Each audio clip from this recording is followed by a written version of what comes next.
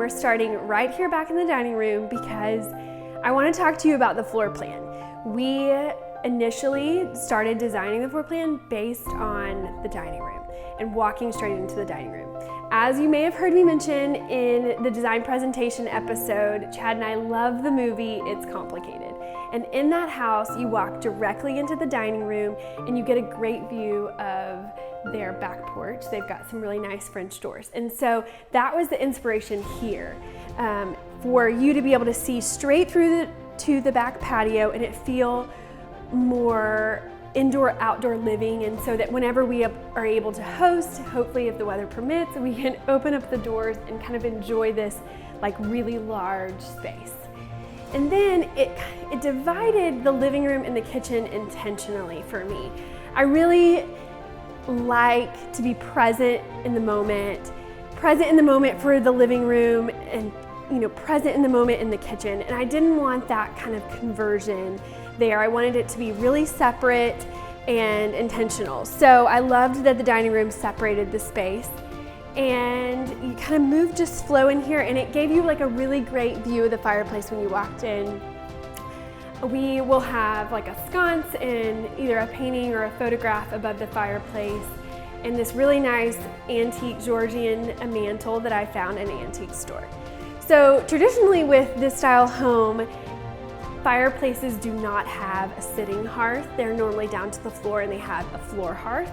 But growing up, I experienced my aunt's living room with a massive fireplace and this lovely sitting hearth. And we have so many good memories of like sitting around the fire and sitting on the hearth. I just couldn't bear not having a sitting hearth in my own home. So that's kind of why I did that. I kind of deviated a little bit from the traditional expectant of how a fireplace would be, but that's okay. You can do that when you're building new. And so moving from there, I added this window to the left, one so it would catch the last bit of the evening light because that's where the sun sets. And so I wanted to be able to maintain as much natural light into the space as possible. And it also kind of created an asymmetry that I really appreciated. A part of building a home that feels old are the imperfections and kind of that quirky kind of feel sometimes. So putting the window to the left of the fireplace and then having the wall to the right of the fireplace allowed me to put a piece of furniture, so I'll be able to create balance, but it creates like a little bit of an interesting view when you walk in, and it's balanced in a non-typical way.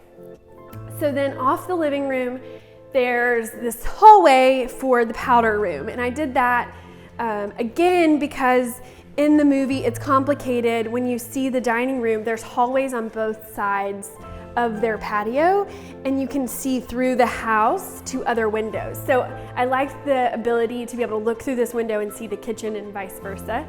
And then also I wanted to be able to give the powder room direct access to the patio so that if you're outside, this is the restroom that you'll use.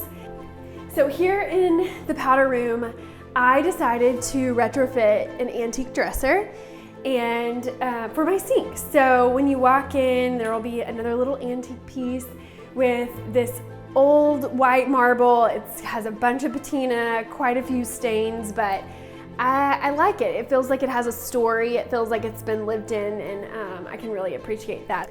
I can't wait for you to see the details of the living room come together. I'm really excited about seeing the beams and the tongue and groove on the ceiling, and then of course my antique mantle that I found over a year ago. It's literally been sitting in storage for a year and I cannot wait to pull it out.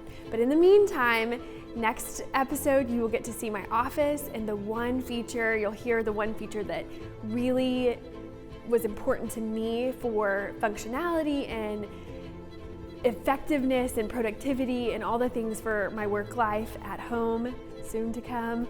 But you will get to see that and the guest bedrooms and of course the Jack and Jill.